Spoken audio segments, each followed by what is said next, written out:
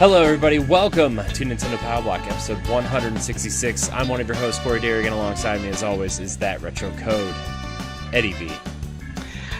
I just rewatched the Breath of the Wild 2 trailer today, and more theories. Oh boy, yeah, that's a game that's coming soon. Maybe not. Who knows? If you're joining us live, it is Tuesday. You're not crazy. We're really trying to adjust scheduling and stuff because Ed got promoted at work, and our schedules have changed a little bit. So recording during the week may change throughout the week, but you will still get the show on Saturday mornings at 7 a.m. So if we miss anything between the time we record and Saturday morning, sorry, but we're trying to adjust with the schedules, but we still want the podcast and the video to go up simultaneously. And when we record live, you can, if you want to be caught up, you can just join us live on Mixer on whatever night. Just follow us on Twitter to figure out when recording times are. So, but Ed, how was your? I came into this week thinking, like, because we kind of talked about it this weekend that we were going to record on Tuesday instead of Thursday, and I was like, not really much is happening until today. And today there's a lot that's happening, and we were just like, oh, okay, that's cool, I guess. It's a wild ride today. Like, just so many things going on. And everybody probably pretty much read the news, but I woke up to this craziness, and I literally text message Corey, just be like, this happened. Yeah, you messaged me, and you're like, did you hear about Blizzard? I'm like, no. And you're like, and you told me about the kid who got banned because of to make a long story short, it's a very prominent esports player from China who was banned from Hearthstone because he gave a speech to say liberate China or liberate Hong Kong or something. Yeah, China during his victory speech or something, and then they banned him because of his actions. But I think that has more to do with the Chinese government than Blizzard directly. Even though like Overwatch and Hearthstone and free to play games over there are super big, and Blizzard has a huge hand in that. Clearly, because Tencent is partnered with or almost part of Blizzard, I think. They have a small investment in Activision Blizzard, which is the parent company of Blizzard. Yeah, and then like the announcers, and we're gonna speak about this on the next show Saturday.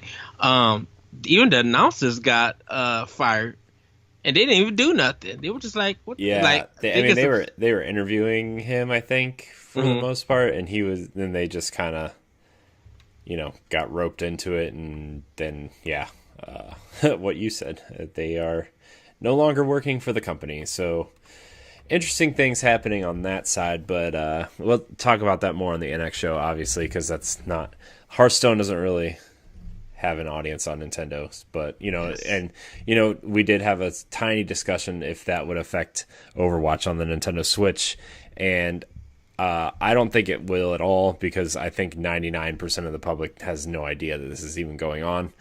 But the only thing is like Nintendo's really the first console to crack the Chinese market.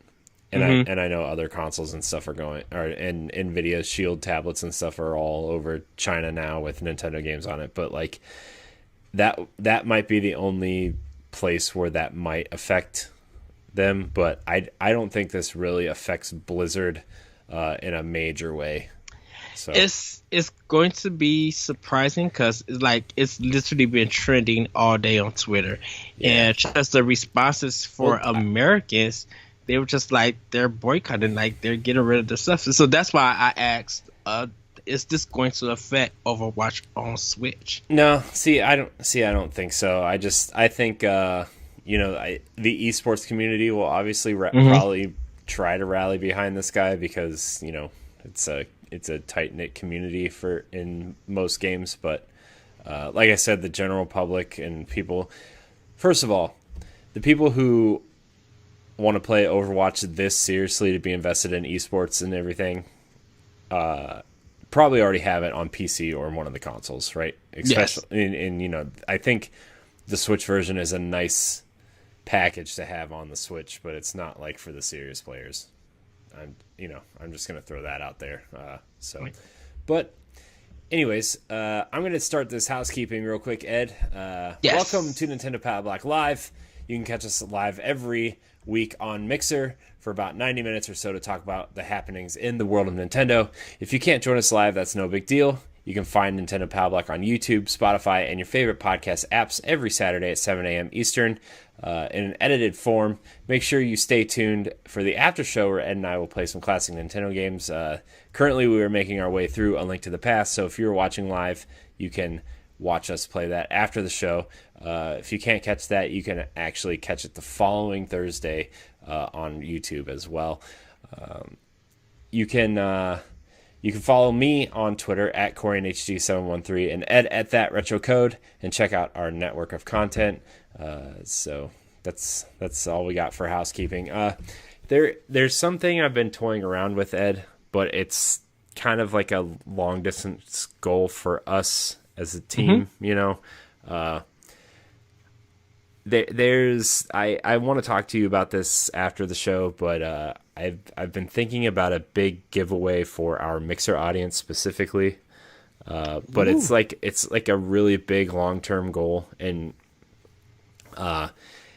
it would definitely be like, something that's really far out unless a big flood of people come and follow us on Mixer, so Yes. But I do want to talk to you about that after the show, because I think it might be an interesting way to help people not only find the show and find us live, but get some community engagement and have some fun with some people. So we'll talk about that and maybe have something to announce on that next week.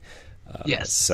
But Ed, I want to get into the cartridge slot. The cartridge slot is where we talk about what we've been playing on our Switches this week. I'm going to start just because it hasn't really been much. It's been a lot of Fire Emblem for me. I am determined to beat that game before Luigi's Mansion comes out. I want to beat Fire Emblem and I want to beat Link's Awakening, and I know if I just buckle down and beat Link's Awakening, that I could finish it this week if I really tried hard enough. So that's probably what I'll be streaming this week, to be 100% honest with everybody. But Fire Emblem, I am almost 70 hours in at this point now. And dude, it's getting really hard. So I must be really close to the end, because it's getting really hard, like super challenging. So and I'm also playing on really the second to hardest difficulty, and I'm also playing with permadeath on. So Yikes. That's what's making it a lot harder. My end game clock is only at 50 hours, but my Switch time clock is at like 65 or more. So yeah, that's it's going well, but it's getting really difficult, and yeah, this is it's getting really difficult. So but nothing really new. I'm prepping myself for Luigi's Mansion and a couple things on the other consoles.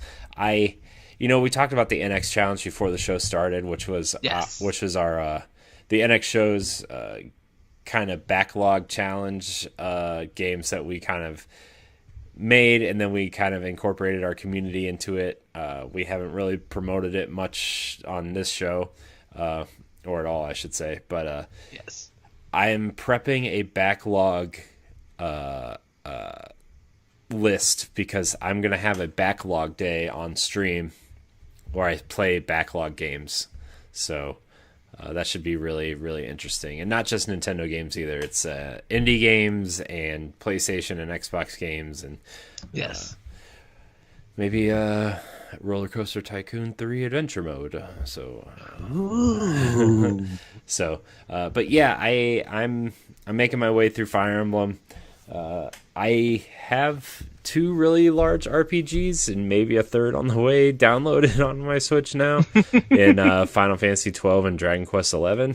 So yes, Yeah, those are downloaded on my Switch and ready to go. But I want to finish Luigi's Mansion first before I start any big RPG. I think those RPGs are going to be more for like, the holidays and everything. So that's where I'm at. What are you playing, Ed? What are you playing on your Switcheroo? So Final Fantasy 9, I think I'm still on the second disc, and I think once I play a little bit more, I'll be on the third disc. I am playing it on Switch, and only reason why I'm saying the disc is because Final Fantasy 9 was broken into 4 discs when it originally came out. Did they switch it? Do they have like quote unquote discs for the Switch version? No, everything is literally connected. Oh, that's so interesting. So you don't see where it says end of disc 1. Like everything pretty much is connected. So they somehow was able to streamline everything. I mean, it's still saying like now loading at some parts, but everything is streamlined for nice. it. So I played a little bit more Contra Anthology. That's the other game I downloaded too, was Final Fantasy 8. So I have 8, 9, 10, 10 to 12, and Dragon Quest 11 all downloaded recently. I'm just like, oh man, that's a lot of RPG. Yeah, that's one that I need to get back to. Forgot that I got Guacamelee too, and I was playing it on Switch. Look, I have enough games on my Switch now to last me the next like 2 years. Shoot. Same thing here for digital and physical. Like it's my stuff is insane, and I still got stuff wrapped up in the case still. Yeah. Like the Sky of 5 that I need to get to. Like I inserted it but haven't started. I got Bomberman still wrapped up. And just like a whole bunch of other games that was just like, yes, I'm so excited to play it, but I got to finish this game. Oh, this eShop sale now is coming on, and now I got to put 5 cents toward this game and buy it. Yeah, it's insane, man. There's too much, man. There's just too much, and I was looking at my list for Game of the Year discussion because that's coming up, and like we on Nerds Gone Rogue last night's recording. Matt and I were having some fun with your comment that said in like a Facebook message, whatever, or a Facebook comment, and it was you told Matt that he had till the second week of December, and we were like, well, we got to start prepping now. There's so many games. So we were poking fun at your comment for a little bit, but I mean it was out of love, but it's like I was looking at that list and I'm like, there's literally games coming out all the way up until then, and it's like, how do we, like, what are we doing? Right, and like, to have that conversation, you can't have it because, like, if you do it now, you're missing Call of Duty, you're missing Luigi's Mansion, you're missing Pokemon, you're missing some indie games like Valkyries,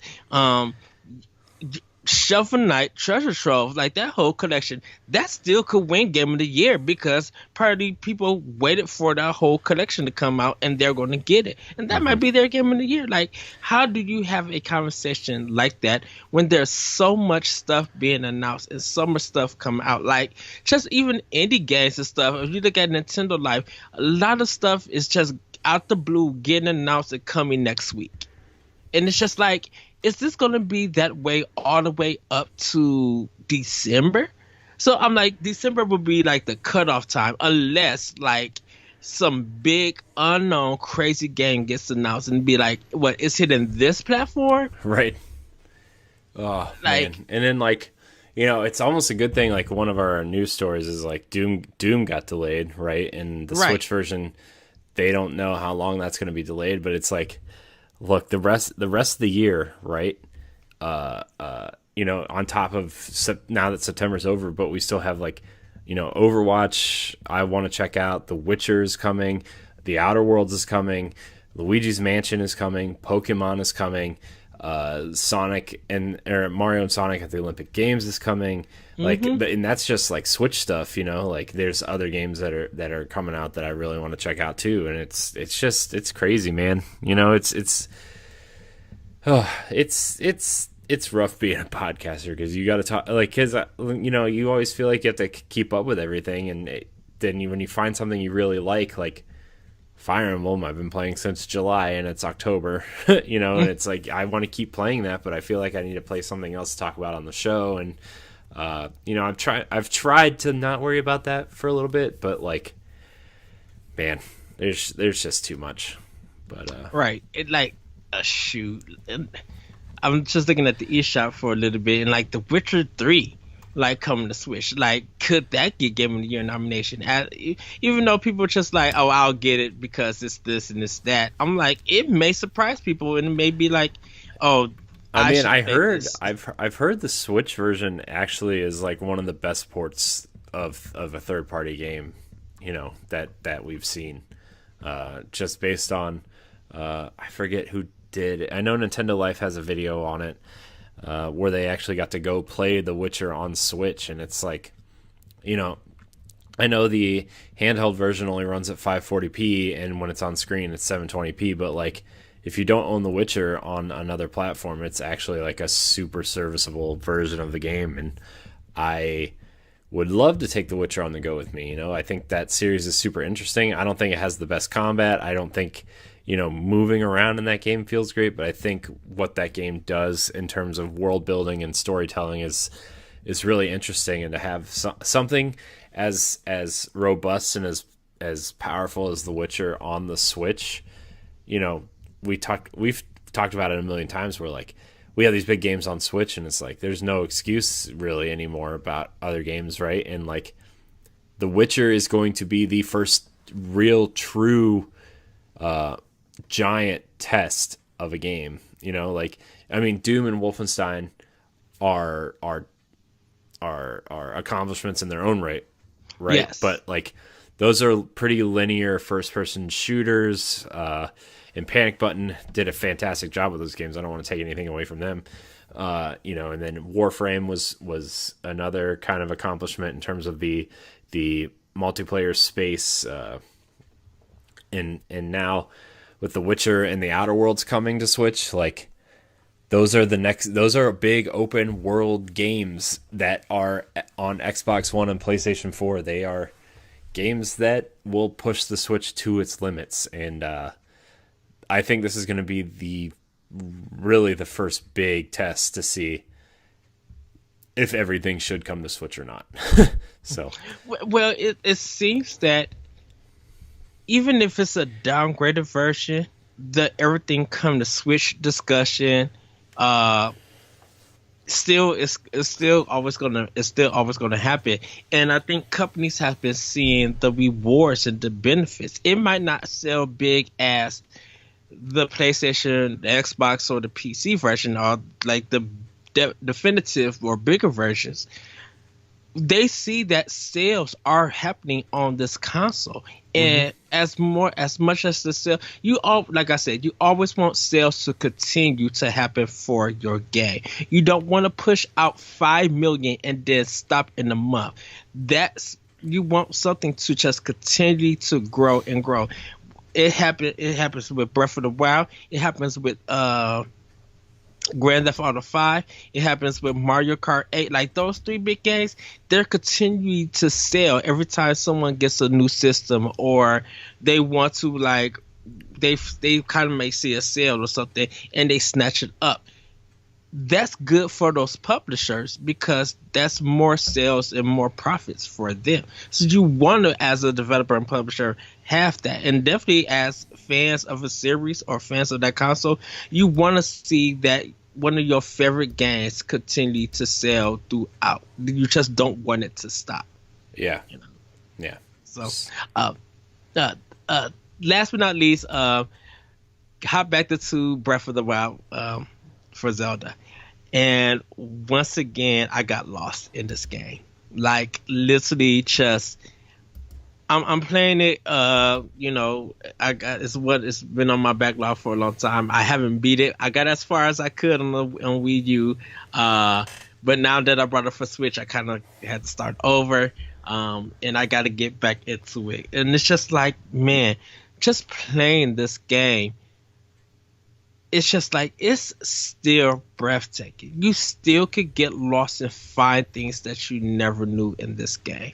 Yeah. And I feel like even if they do the same thing for Breath of the Wild 2 and go even bigger and stuff, I feel like I'm going to get lost into this game, and it's going to be hard not to talk about it. Could another Perfect 10 be on it? I was literally thinking of that in my head, but just like, I think Breath of the Wild 2, even if we got an 8.5 or a 9.5, I think they're still thinking of what ideas that we couldn't incorporate in this first version, incorporated in this new game, and what new breath can we breathe into this game. And I think Nintendo, I think Anuma and the team, I think they got a lot of stuff planned.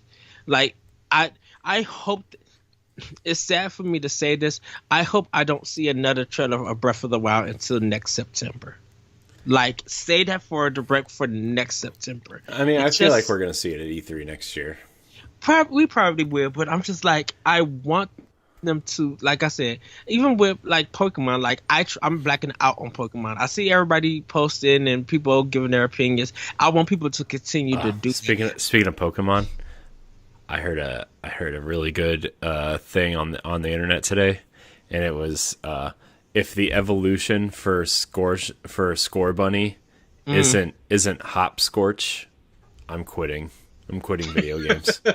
I'm like, that's really good. That's really good.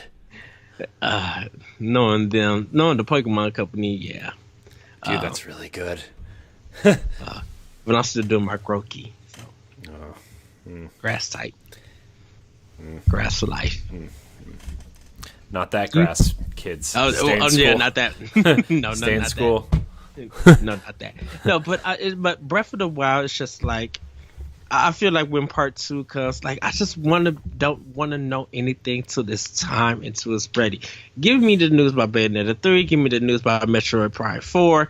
I'm ready for that news and whatever else they want to bring out. But just like, man, and I was going to even ask you this, Corey. Have you ever had a game where you just got lost in? I mean, Zelda.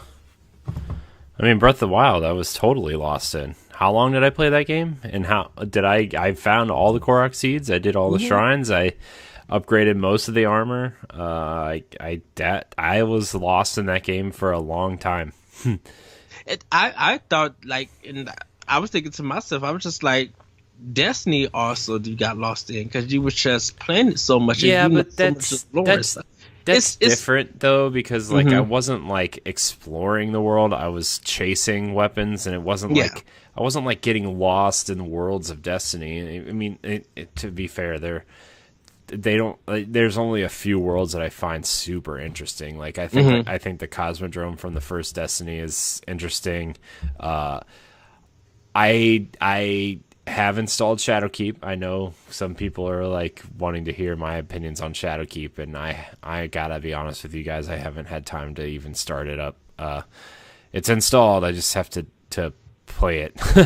But like, I think the moon is, from what I'm hearing and what people are saying, like the moon, going back to the moon is super nostalgic, but they added so much to it that it's like, man, there's new areas of the moon that we can go explore and kind of, you know, relive some of that stuff. And I'm really interested in doing that. But Zelda is really the game that, it's weird because like linear games, you don't really get lost in, right? Because they're trying to lead you down a specific path. And, you know, Jesse and I are playing Gears 5 right now, and it's like, I am loving Gears 5, dude. Like, that story, like to be like 100% honest, as much as I love Xbox and I will pull for Xbox as much as I can, like Gears 5 is probably the game that Xbox needed like 3 or 4 years ago to try to catch up, right, in terms of sales. Like I really believe that. I think the story is amazing. I think Kate is a super dynamic character, and hey Jesse, Jesse's in the chat. Hey Jesse. I'm loving Gears, and I promised Jesse I wouldn't play until we could play together, and it's really hard, dude. It's really hard. And is real. We also made the decision to play on quote unquote experienced Gears which is the second highest difficulty. And we were stuck on a boss fight the other night for probably 30 or 40 minutes, and it was fun. It was good, but it was, oh boy. I would just say this. Hopefully a particular Saturday in October will happen for me. And I will play as Jack. Nice. Yeah, wow. Oh man, it's Gears is good, but I think really kind of the last game I really got lost in was Horizon, I guess you would say. Like I think Horizon was a good game to get lost in because that world is really interesting, and I think the premise of hunting robot dinosaurs is like it's unique for the video game space, right? Like there wasn't anything really like it, and you know I'm really excited for a Horizon sequel, but you know that's kind of the last game I kind of got lost in. But a certain Papa wants me to hurry up and platinum that game, and I'm just like, I know I need to do this because of the Doom delay. Yeah. So a certain Papa wants me to beat it. I'm just like, okay. And it's an easy platinum. I mean, you just have to do everything in the game. Well, yes, but it's the trial stuff. I'm like, oh, the trial stuff's really easy though. Once you like get to it, there's one that I had trouble with, but it wasn't that big of a deal. So, okay. But anyways, are you playing anything else, Ed? At this time, no. Besides Xbox and PlayStation, that's pretty much. Well, PlayStation, I'm gonna start next week. And Xbox, people can check my Mixer page on what I'm playing with that. But pretty much that's it. What's that Mixer, Ed? The Lyrical one. You guys find me there on Mixer and on Twitch at the Lyrical one also. Yeah, so that's one that I'm doing right now. I have to jump into Wargroove because I think the DLC is out. And I need to get it, and that's another game I need to work on. So, yeah, Wargroove is good, by the way, if you guys are strategy fans. But, anyways, let's get into the news bits here. Not a lot to cover, but some interesting stories nonetheless. Kind of a weird story, and I can't say I'm surprised by this. This comes from IGN. Atari's lead console engineer quits after dispute. The Atari VCS system architect has quit the project over missed payments. So just to lead the story off, for those who don't know, the company that owns the rights to the Atari system, it's a really weird rights thing, and I don't really know how it splits 100%, but one company owns the name Atari, and there's like another company that owns the rights to the system Atari. Mm-hmm. It's like this really weird split. I don't really know for sure. You can look it up, but I just know it's split in some weird way. But this comes from IGN. A new report has revealed that the system architect for Atari's retro console, the Atari VCS, has left the project after he claims the company hasn't paid him in 6 months. Atari architect Rob Wyatt, who was previously a founding member of the Xbox team, told the Register that he left the Atari project last week. As of Friday, October 4th, I have officially resigned as the architect of the Atari VCS, Wyatt told the publication. According to Wyatt, his design consultancy 10 Giant has not been paid for invoices dating back over 6 months. As a small company, we have been lucky to survive this long. The status of the Atari VCS is also murky. Wyatt says his team only received a prototype motherboard last month, and that his team was in the progress of debugging it before parting ways with Atari. Service Link, another contracted company with Atari, has reportedly taken over the project from 10 Giant. So there's some really interesting developments going on here. I think a lot of people thought this project was shady from the beginning. Yeah, to say the least. I was just like, wait, oh, what? And so I had to read the story, and it's just like, first of all, what company would still be working for another company that's not paying you for 6 months? And now you just decided to leave? I would have been gone the first time I didn't get paid. The first month? Nah. Yeah, I would have been looking into this way earlier than 6 months, right? Right. Like, I mean, not to like say that this was wrong, and I'm sure like there's some things going on like behind the scenes that we don't know about, but like I would have really been checking into this after like at the longest a month, right? Because I mean, most people get paid, every 2 weeks or twice a month, right? And so like I would have been checking into this after the second or third time I didn't get paid, right? So at the latest. So really interesting. I think that this system is dead in the water. I'm going to be honest with you. I don't think anybody really cares about this system. And like, Yeah, it's weird because they're like promoting it as one of these retro consoles, right? But they're also aiming to get like newer games on the system, and it's going to with both controllers, like the standard classic joystick controller and a what are they calling this controller? Like a modern controller. They're calling it something really stupid though. I want to find the name of it. It's weird. It's like it's gonna be like $300. It comes preloaded with 100 classic Atari games, but it's also made to run modern games. So it's a really weird project. I feel like they don't know really what it wants to be, and that's really hurting it. and the bad thing about it is that there's a Atari collection that has 2 volumes that came out. I know, right? And they're both on Switch, and they're what, like $30 a piece, I think. Right, and and plus most of the systems got the arcade archive that got these Atari games on it. So why even bother? But if people want to invest in it, if Atari believes in it, and I think they're getting the Earthworm Jim game, I believe. Yeah, but still, I mean, like Earthworm Jim's not going to sell a console to it's not. I'm sorry. Yeah. Earthworm Jim is not cool enough to sell a console. So, I mean, I know people have affection for Earthworm Jim, but are you going to buy a $300 console to play a new Earthworm Jim game? I'm not. So, and then if the Atari fails, it's going to come to other systems anyway. So, pretty much. But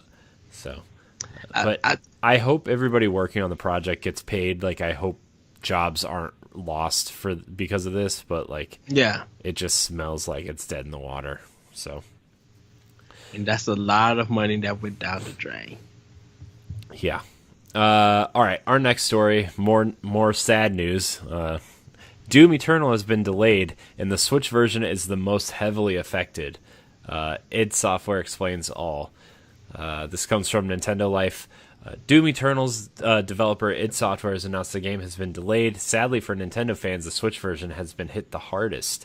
The developer has shared the following statement with fans, revealing that the game has been pushed back to the 20th of March of 2020 on the other platforms and after that date on Switch. The delay comes as part of an effort to deliver, quote, the best experience to players. The game was originally supposed to launch on November 22nd. This is the statement from id Software. Throughout the development of Doom Eternal, our goal has been to deliver a game that exceeds your greatest expectations across the board. To make sure we're delivering the best experience for Doom Eternal to live up to our standards of speed and polish, we've made the decision to extend our launch date by a few months to March 20th, 2020. We know many fans will be disappointed by this delay, but we are confident that Doom Eternal will deliver a gaming experience that is worth the wait. In addition to shifting Doom Eternal launch date, we've made a couple other changes we want you to know about. Invasion mode, which will allow you to enter other players' games as a playable demon, will release as a free update shortly after launch. Doom Eternal for Nintendo Switch will release after the other platforms. We will announce that date in the future. And Doom 64 will be available on Xbox One, PlayStation 4, and PC in addition to Nintendo Switch. We are adding Doom 64 as a pre-order bonus for Doom Eternal on all platforms, so you'll be able to download and play this classic game for free just by pre-ordering Doom Eternal. Doom 64 will be released on March 20th, 2020 on all platforms as well. We are grateful to every Doom fan for your dedication and support. We can't wait to rip and tear right alongside you. So that's the statement from id Software. Okay, so this is the problem that I have with all of this. We was thinking that Doom 64 was coming out for Switch, and we knew that it was going to be coming out other platforms. But that's just not that stupid for them not to do that. But we just thought that it would be something that you buy on the eShop, and that's it. Mm-hmm. Now it feels like, because some people think this is really shady, that they connected as a pre-order to a game that's not coming out next year. And Doom 64 for Switch owners, yeah, you'll get it, but you won't get that version of the game of Doom Eternal to whenever they feel like doing it. And it's just like, why would you push the Switch version back when you guys are not even doing it? You're having I feel like, I feel like this, and this is, I'm actually surprised Wolfenstein Youngblood came out alongside the other versions of that game on Switch, but I feel like Panic Button does their best work when they have all the work in front of them, right? And, yes. And that's how, Hob came to Switch, and that's how Warframe came to Switch. Like, all that work was already done. They weren't waiting or building the game on the fly alongside the other studios, right? Because Panic Button has the extra work to do on top of the other studios are building the game, but Panic Button has the extra work to do, like taking the code and making sure it runs on Switch. And like if they change the code, they have to kind of redo all that work, right? I mean, I'm not really sure how programming works. I'm not a programmer, but like that's like the bread, like the easy way to explain it, right, is like I feel like once Panic Button gets all the code in front of them and making sure the whole game is ready, but that alongside the way that Nintendo wants to, maybe this delay after them might also fall on a Nintendo type thing, because maybe Nintendo has a lot coming out in the spring and they want to make sure Doom has room to grow on the Switch as a third-party game. But the thing about it is that the idea was that Doom Eternal was coming on all platforms, and that Panic Button probably was working with Bethesda and id Software during the development, so for the Switch version. So now I can see where you're coming from with that answer, but now it just feels like all the production for the Switch version now is on halt, so that Bethesda and id Software could get the main game ready for PS4 and Xbox and PC. Where then we'll now just go ahead and do the Switch version for later. And it's just like, why would you do that? My thing would have been like, just announce the game for those systems, and then later on announce it in the Nintendo Direct that it's also coming to Switch at a later date. I can understand that you want to put tender love and care into your product, but the thing about it is that you pushed those other two systems to March 20th on the day that Animal Crossing is coming out. And now you're going to struggle because you're not going to have a 3-way sale, or a 4-way sale, I should say. You're not going to have a 4-way sale with Animal Crossing, in a sense. Like, people could get Doom for Switch and Doom Eternal and Animal Crossing on Switch. Yeah, but see, I think that's why they're pushing it on Switch, is because Nintendo has major first-party games coming out around that time. And, like, to be 100% honest with you, people who are buying a Switch are going to buy Nintendo first-party games over third-party games, right? Like, I think id knows that, and I think they've had discussions with Nintendo and say, hey, we don't really want Animal Crossing, even though it's not the same audience, right? Like, right. People who own a Switch are going to buy Nintendo's first-party games. That's why they own the system. So, like, I don't think they want to cannibalize Doom's success by, Animal Crossing and whatever else Nintendo has planned to come out next year. I don't think they would cannibalize Xenoblade, Right. Tokyo Mirage Sessions. Like, Nintendo has a lot coming out next year. Yeah. Also, But Ubisoft is positioning Gods and Monsters as a Switch game, even though it's coming to everything.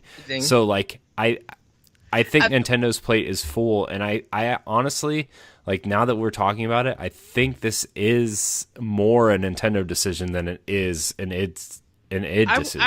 I wouldn't say it's a Nintendo decision, because the thing about it's like a joint decision, like a joint decision. The thing about it is that on March 20th, there probably, just on my time alone, would have been people posting pictures that they got a new Switch, they got a Switch Lite, they got Animal Crossing, and they got Doom Eternal. Doom Eternal, and all the pictures that they show of Doom Eternal probably would have just been on Switch alone. I probably would not see people putting it on PS4 or Xbox One. Just the physical copy of the game. Bethesda would have seen how many copies they would have did on Switch. But if they feel like this was the best decision to push it, that's going to be fine. Hopefully, Doom Eternal, when it comes out on the 20th, it better be an amazing game. I don't think it's not going to be a great game. You know, I want Doom Eternal to be as great on Switch as Doom was when it came out on Switch, right?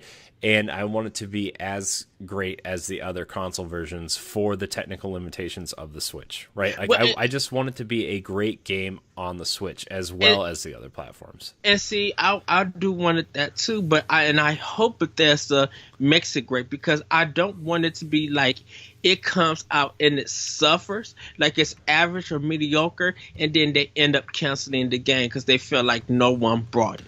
See, I don't think they're going to cancel it. I think they're already committed. I think they've already dumped too much money into, like, because Panic Button's done great work. Yes. Wolfenstein 2 sold well on Switch. Doom sold over 2 million copies on Switch. Like, I don't think they're panicking. You know, I think Bethesda's games do well enough on Switch that they're willing to put the investment and time in. I'm just talking about for the bigger systems. Like, this delay really has to, really go to this game, and so that when it does bring out, if people are still hyped for this game after it's released and it comes to Switch, and they see the reviews and stuff, and it's still good as the other 2 months, people will be like, okay, now it's out on Switch, I'm gonna pick it up. Because Doom, the regular Doom, the remake one, proved itself on how good it was, and then to have that game come to Switch really showcased that people were just like, we heard great things on it, and so yeah, I'm going to pick this copy up. Doom Eternal now cannot be a 5.5, 6.5. It cannot be no buggy, janky mess. It can't be Wolfenstein Youngblood on Switch, right? Because no offense to Panic Button, but I mean, to be fair, Wolfenstein Youngblood on the other consoles wasn't. I didn't finish it, but the things I heard about it, it wasn't great on the other consoles, and I feel like it didn't get a lot of love on Switch either. So I own it. I want to finish these games, right? Like, I want to finish the Wolfenstein games. But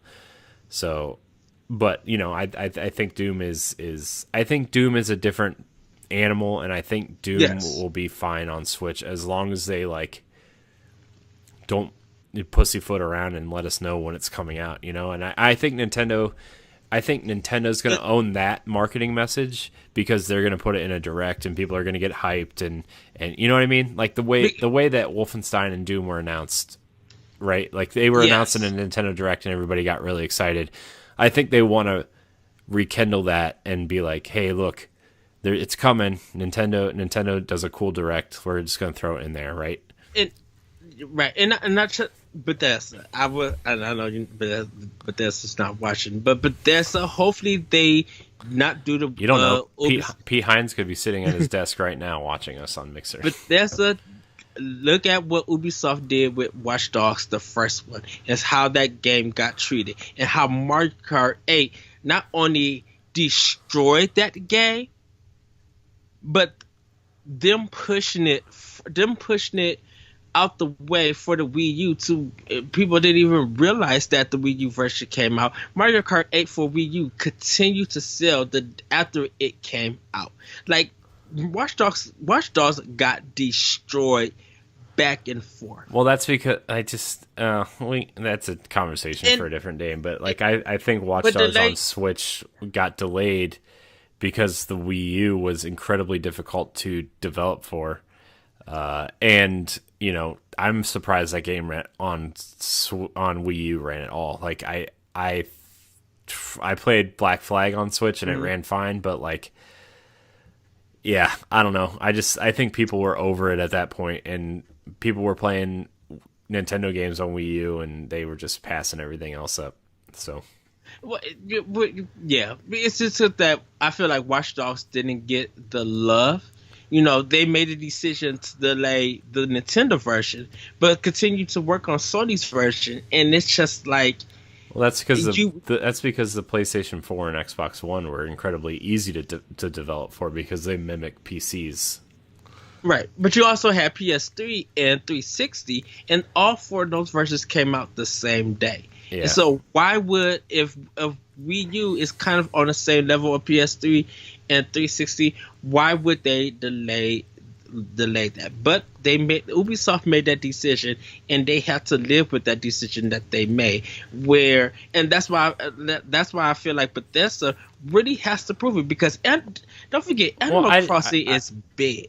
I feel like Bethesda is in a different place than Ubisoft was when Watch Dogs came out, right? Yes, like I feel like Bethesda has shown a ton of support for Switch, like more support than, you know, there's Skyrim, there's Fallout Shelter, there's 2 Wolfenstein games, there's Doom. Like that's a lot of game for one platform.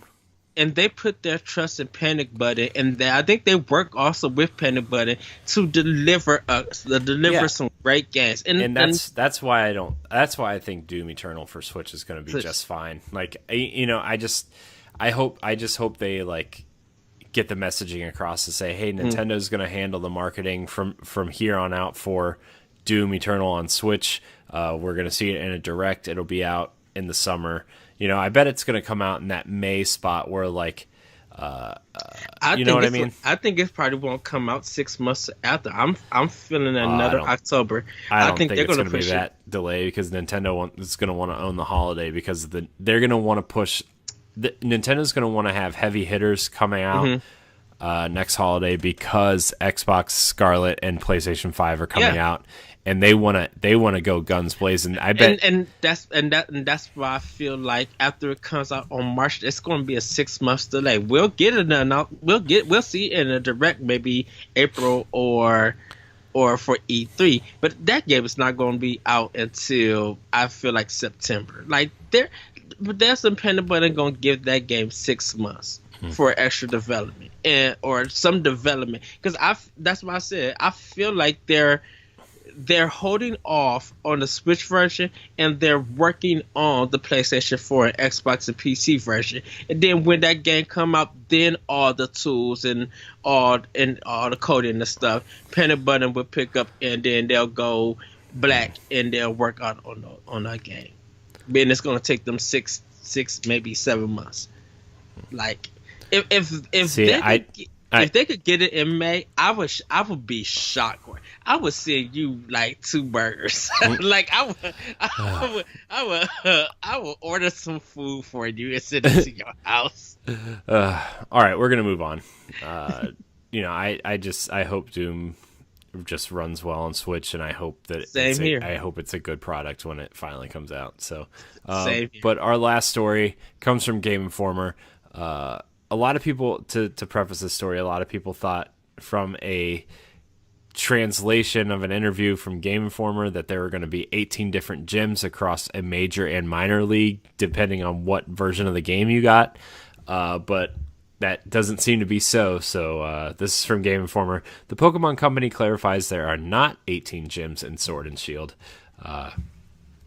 In our cover story of Pokemon Sword and Shield this month, we had a sidebar talking about the differences between Pokemon Sword and Pokemon Shield. In the sidebar, it seemed to imply the quote by director Shigeru Omori that Pokemon Sword and Shield have 18 gyms. However, according to a representative of the Pokemon Company International, the true meaning of the original quote may have been lost in translation between Japanese and English. The original quote from Omori can be seen below in its entirety. I'm not going to read it, but I'm going to read the new quote. Many people online read the excerpt of the quote used in the cover story to mean that each game has 18 gyms, could battle in each version spread across the major and minor leagues. The Pokemon Company International reached out regarding this quote to clarify how many gyms there are in each game. You can see the statement provided by the representative below, so I'm going to read that statement. In the Galar region, Pokemon gym battles are popular sporting events, and the 18 different types of gyms that exist in the Galar contribute to the background setting of the story in Pokemon Sword and Shield. In each game, trainers can collect 8 gym badges to complete the gym challenge and earn the opportunity to participate in the Champion Cup. Over the course of the main story, trainers will challenge 8 gyms, which are all in the Major League. Which gyms appear in the Major League and Minor League will differ between the Pokemon Sword and Shield. For example, depending on the version of the game, trainers will be able to challenge different gym leaders such as Bea or Alistair. Each version will have 8 gyms and 8 gym leaders that trainers can battle for, a traditional gym challenge experience that fans have enjoyed throughout the Pokemon video game series. So it still doesn't clarify, because there are 8 major league gyms, but that doesn't mean don't really specify how many minor league gyms there are. It just means that there are the 8 major league gyms differ in each game. So that's interesting. I was really hoping that they were going to kind of change it up a little bit, because I think having different gyms would actually encourage people to buy both versions, because you're getting different stories, you're getting different leaders, you're getting different rewards, right? Like I think that would actually encourage people to buy both versions, even though most people will probably buy both versions at some point. But you know what I mean? Like I think this is interesting that there are 2 different leagues at least, but what are your thoughts on this? Excuse me about that, everybody. Oh boy, editing. I really don't have any thoughts besides just give me the game. I can understand where the loss of translation thing could happen.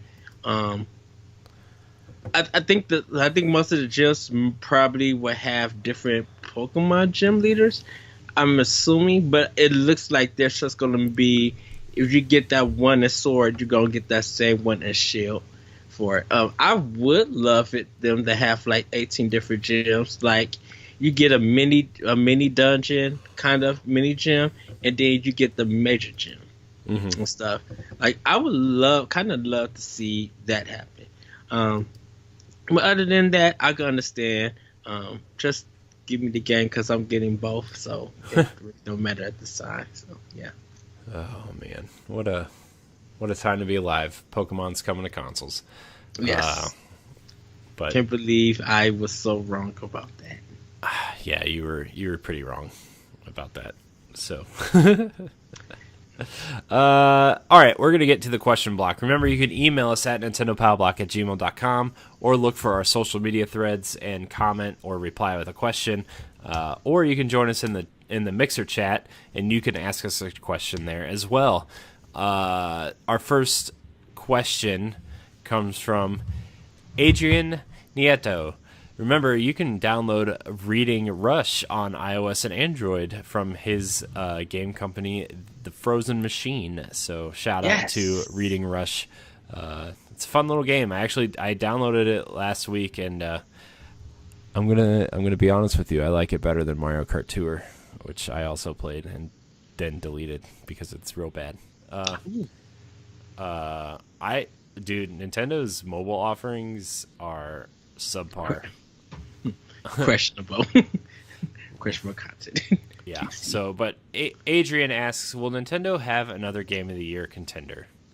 Yes, they actually kind of have like at this time about three of them. I think Nintendo has quite a few Game of the Year contenders this year for certain people. I mean, Game of the Year is so opinionated anyway. Like I think people are already wanting to put Game of the Year on Death Stranding, and that game isn't even out yet, right? Like I think there's a lot of games that Gears 5 I think is a big Game of the Year contender, right? Control people are really talking about a lot. So but like for me, Nintendo has Game of the Year contenders this year, right? Mario Maker 2 I think is a decent one. I think Fire Emblem for me personally is a huge Game of the Year contender. It's already Fire Emblem, Link's Awakening, and Astral Chain. Without a shadow of a doubt, it's those three. There is no other game coming out in 2019 that is going to even touch those three. People still don't know what they know about Death Stranding. Anthem didn't do what it was supposed to do. The Division 2 was okay for some people. Borderlands 3 had its controversy, and then people forgot about it because nobody was talking about it. I think a lot of the big games people were looking forward to for Game of the Year actually kind of disappointed. Like you said, Borderlands 3, I think a lot of people were like, that might be a Game of the Year contender, and then it was just like, meh. Okay. Yeah, Dragon Quest 11 S Definitive Edition. Like, there are games on Switch, but just from first party alone for Nintendo, those three. Mario Maker, I could add on, because people were doing levels and people are still doing levels and showcasing all. But yeah, it's just like those four games are like so highly rated. They sold very well. People are still talking about them. People are still showing videos about them, buying Switches to play those games. And everything else is here. Great for great for Gears 5, but Gears 5 was a Game Pass game that did very well digitally because of Game Pass. Mm-hmm. Who else is talking about Gears 5? People finished it, beat it, and put it into the shelf or playing the multiplayer. And that's cool. That's really good. We don't know how Call of Duty is going to be. We don't know how NBA 2K is, but we do know what NBA 2K is. a travesty in microtransactions. That's what that is. But it's just like we still have Pokemon. We still have Luigi's Mansion. Those two games alone, on top of the four games that we mentioned, those 6 games from Nintendo could already fit Game of the Year contenders. Plus, you have games that like came out so early in the year, like Resident Evil 2. I think has a big chance of winning something because like a lot of people don't like to include remakes in Game of the Year discussion, but I think the way that Capcom specifically has approached remakes has really changed the way people think about. They've set a new standard for remakes, right? Like I think Resident Evil 2, I refuse to play it because I don't play scary games, but I think I really think that they set a new standard in what that people think of remakes, right? And like Link's Awakening, I think is a very traditional remake, I would say. Like I think there's some quality of life changes, but I would kind of compare Link's Awakening more to like Shadow of the Colossus remake as opposed to Resident Evil 2 in terms of what they're trying to do with that. But anyways, I think some people still think Kingdom Hearts has a chance, right? Like I mean it's still the second best selling game of the year. Like people forget about that, and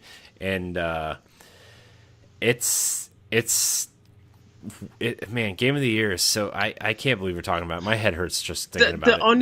The only thing at this point in time that could rival anything Nintendo, and everybody's gonna probably laugh at this and disagree, is Untitled Goose Game because of how much.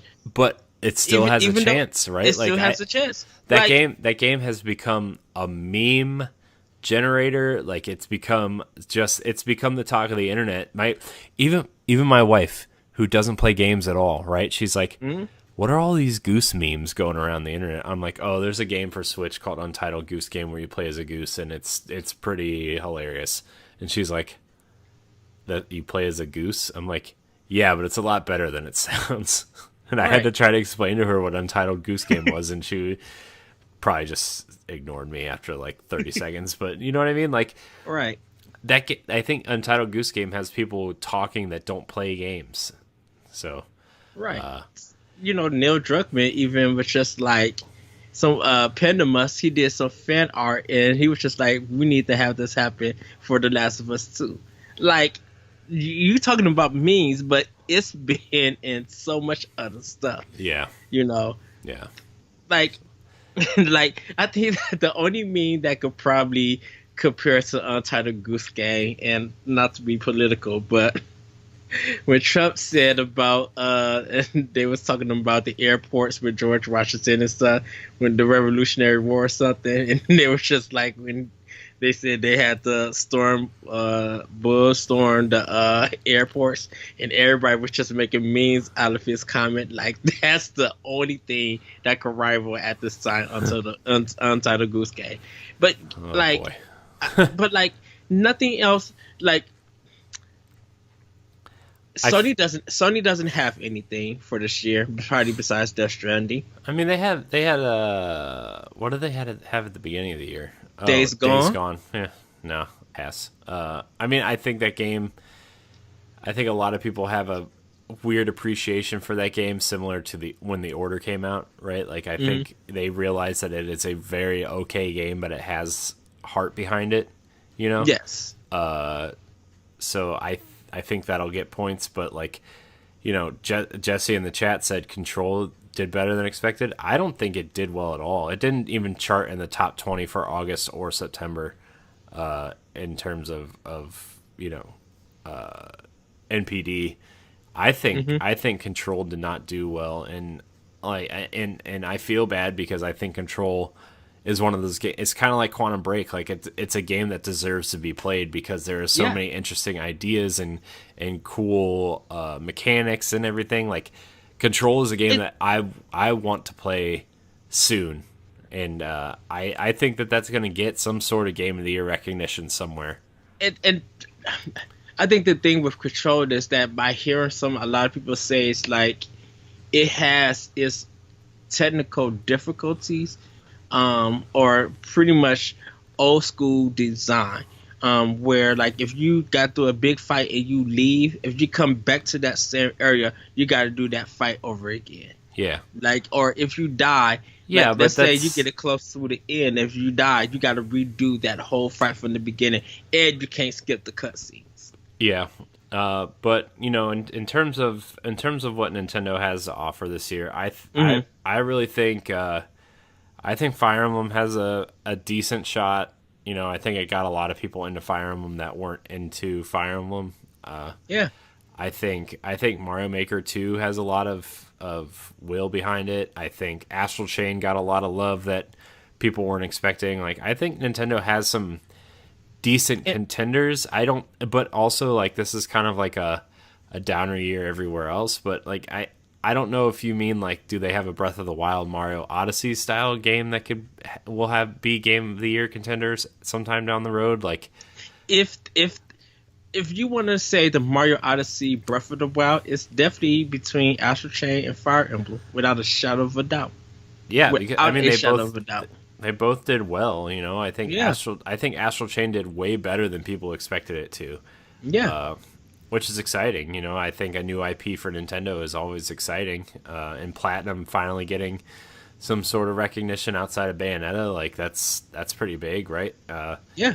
So, I mean, these games will get Game of the Year somewhere regardless, right? And it's not just like, hey, shoot, the September's Nintendo Direct or E3's Nintendo Direct could be Game of the Year. I mean, it just snapped. Fair. So we'll see. I think Nintendo will have a Game of the Year contender at some point, and we still have Pokemon and Luigi's Mansion. Those games could surprise you and be some sort of magical special game. Now, so I will say for the Game Awards, that show that they show online, I think Nintendo is going to get snubbed a lot, and they're going to give it to. They're probably going to give it to all these other third-party publishers. Plus, Jeff Keighley don't deserve it. Jeff Keighley really loves Kojima too, and like, I feel like I don't say that's going to hurt other games, but I think that's going to go into a lot of the process. Even though, like, I know Jeff Keighley doesn't hand them out himself, but we'll see. We'll see. We're going to have a big game of the year discussion this year.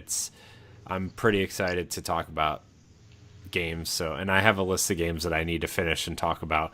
And, we haven't had this discussion here, but like maybe we'll include other games in our game of the year list here because I think there are games that non-Nintendo owners should possibly play, but anyways. And Adrian Nieto, pick up Yoshi's Crafted World and finish it if you haven't. Oh man. Our next question comes from Todd Oxtra. If you're into superhero TV shows and stuff, you should download Secret Friends Unite. And I know he does hold on. Wow. I know he does a gaming podcast with Mark Carabin, so you should check out Co-op Mode also. I'm pretty sure they're both on the same feed. They come up in the same feed on iTunes at least. So okay. I know Co-op Mode and Secret Friends come up in the same feed on my podcast feed, but some places they're different feeds. So you should check. Shows. I love Todd and Charlie and Mark. They're great shows. So definitely check those out. He asks, is it time for another new IP from after ARMS and 1-2 Switch underwhelmed? I don't think. Okay, so I don't think 1-2 Switch did what Nintendo wanted it to do, but I think ARMS did better than expected. You would actually be surprised. 1-2 Switch sold very well. I mean, I know it sold well, ARMS. But I don't think it. It wasn't the Wii Sports that I think they wanted it to be, right? I think Nintendo wasn't hoping for that. I think they just wanted that game to sell people on what the Switch was. So yeah, it didn't do Wii Sports numbers or anything. But I'm just like there is an ARMS community that people don't really pay attention about. So that's why I feel like ARMS didn't sell. Like it's not underwhelming because they did I think 2 million. Like they sold well, and 1-2 Switch also sold well. Also, is it time for another one new IP? Well, we already got that one, and that was Astral Chain, because Astral Chain doesn't belong to Platinum. Astral Chain belongs to Nintendo. Yeah. So we already have one of a new IP. Plus, like Snipper Clips is a new IP for Nintendo that sold well. I mean, I don't think it's out of the realm of possibility that Nintendo is going to bring a new IP to Switch. They tend to do pretty well when they bring new IP. Like Pikmin is still around. Splatoon is killing it. I really think that Nintendo could bring a new IP, and I mean, Nintendo fans are going to go crazy for it. Plus, they need to make Amiibo. They need to make new Smash characters. So that's now just throwing that out there. Now, if it depends on if we're ignoring Platinum, Bandai Namco, Tecmo Koei, Grezzo, if we're denying all of those developers for a new IP to come in from within Nintendo, I don't think it's time yet until we get Bayonetta, we get Metroid Prime, and we get Breath 2 out the way. Like we need those 3 out the way first before it's time for a new IP. Yeah, because I still think we're gonna get a Mario Odyssey sequel within the next year and a half. Also, like I really do think that. I think they're gonna pull a Galaxy and use the assets to not rush out a second game, but make another game to get out there. I think it's gonna be.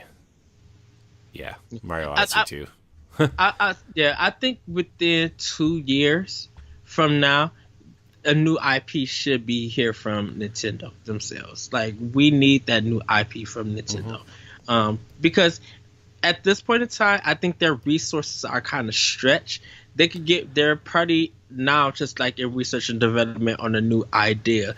So it's crazy though, because like you look at Nintendo and they have so many IP that they can pull from still. Like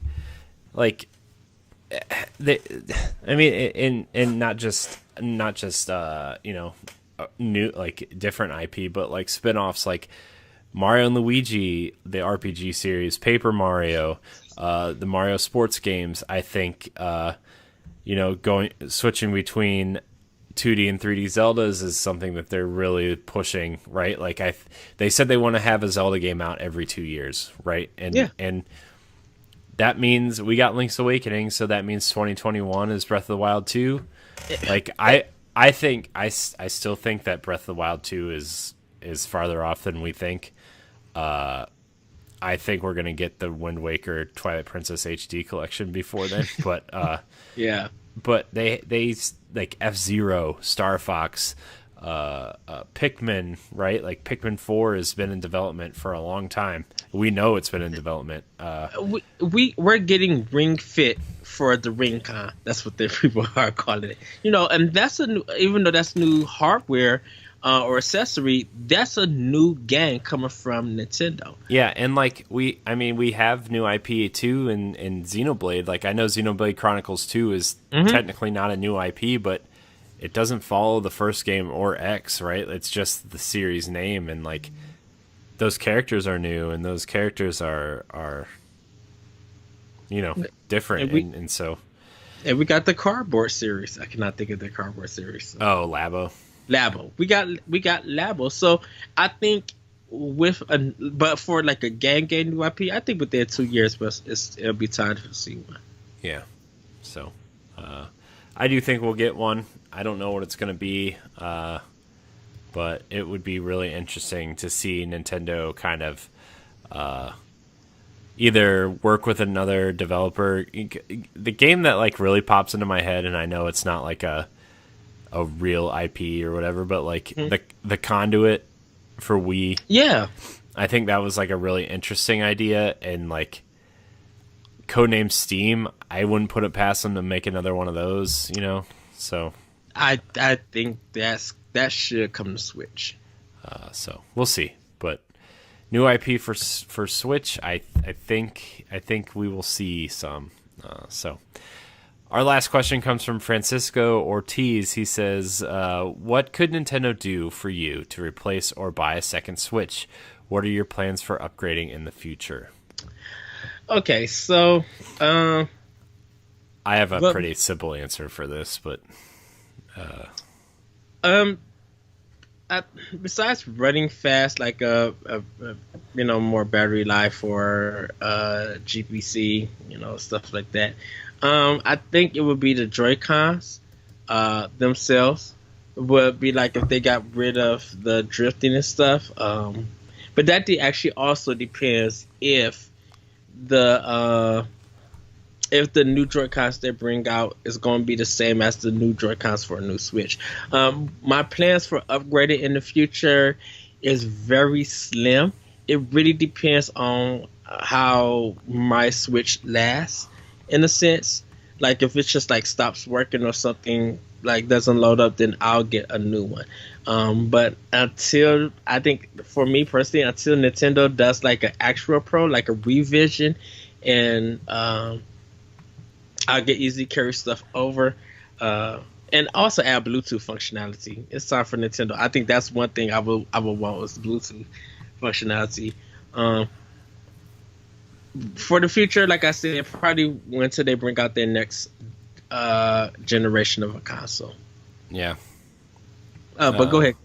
Oh, I mean, I would really like if I was to upgrade, it would have to be pretty significant in terms of performance, that kind of thing. And I also like I think the Joy-Cons are cool in concept, but like whatever the next Switch is, I really hope it takes the form factor of the Switch Lite, but just bigger and more powerful, and you can just slide it into the dock and take it out. Give me a proper D-pad.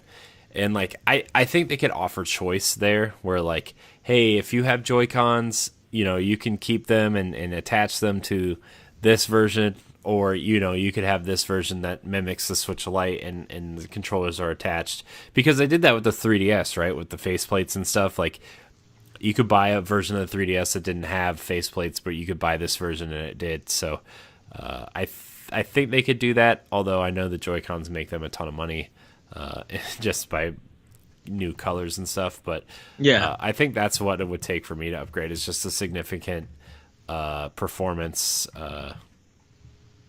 just performance. So I would need an upgrade in performance and maybe a cleaner dock, maybe a cleaner form factor in terms of, like, I would like, and this is more of a pro controller thing, I would like to have a headset jack in the controller. I would like to have the headset jack at the bottom, even though, I know it plugs in the bottom, whatever, but that's what I would need from a Switch upgrade if I was to upgrade, just performance to make some games run better, or take on the other consoles. So, but I'm fine with my launch Switch still. Right. I think I would kind of love a headset jack on each of the Joy-Cons, or have that Bluetooth functionality where if everybody in the room want to hear something, they could connect the Bluetooth to one Switch and be able to hear the music and voice acting in the game. Like, I would love for that to happen. Yeah, I think Bluetooth especially for like headphones and stuff would be is definitely a must too, especially with more and more headsets going wireless and everything. So, right. But that's going to do it for Nintendo Pow Block. A little bit shorter episode, but that just means we get to play A Link to the Past longer tonight. So maybe we'll see. I was not prepared to stay up. But anyways, that's fine. I'm excited to play some Link to the Past. I want to get through it. I want to talk about it some more and have some Mixer questions in the chat. So I want to thank everybody for watching. Remember, you can find Nintendo Pow Block live on Mixer every week. Follow us on Twitter to check for live times, but you will be able to listen to the show on Saturdays at 7 a.m. on your podcast service of choice, or on YouTube or on Spotify. Remember to rate us, give us those 5 stars, send us questions at nintendopowblock@gmail.com. Ed, where can we find you? You guys can find me on Twitter at ThatRetroCode. Check out Optional Opinion on SoundCloud or other podcast apps. Also, check out the NX Show on NX Project on YouTube and codename NX.com. Yeah, and you can find me at CorianHD713 on Twitter, and you can follow me here on Mixer.com/CorianHD. And Ed has something else to say. If you guys are still interested in learning more about the NX Challenge, I will put a blog up, and you guys can check that out on codename NX, and I will put a short version on our Twitter page. Yeah. So, anyways, you can, all the information below on Mixer, you can find us there as well. So I want to thank everybody so much for watching and or listening. Remember to like, subscribe, and share. Follow, rate, and review. And we will see you next week. Thank you so much for watching. We love you. Bye, everybody. Woohoo!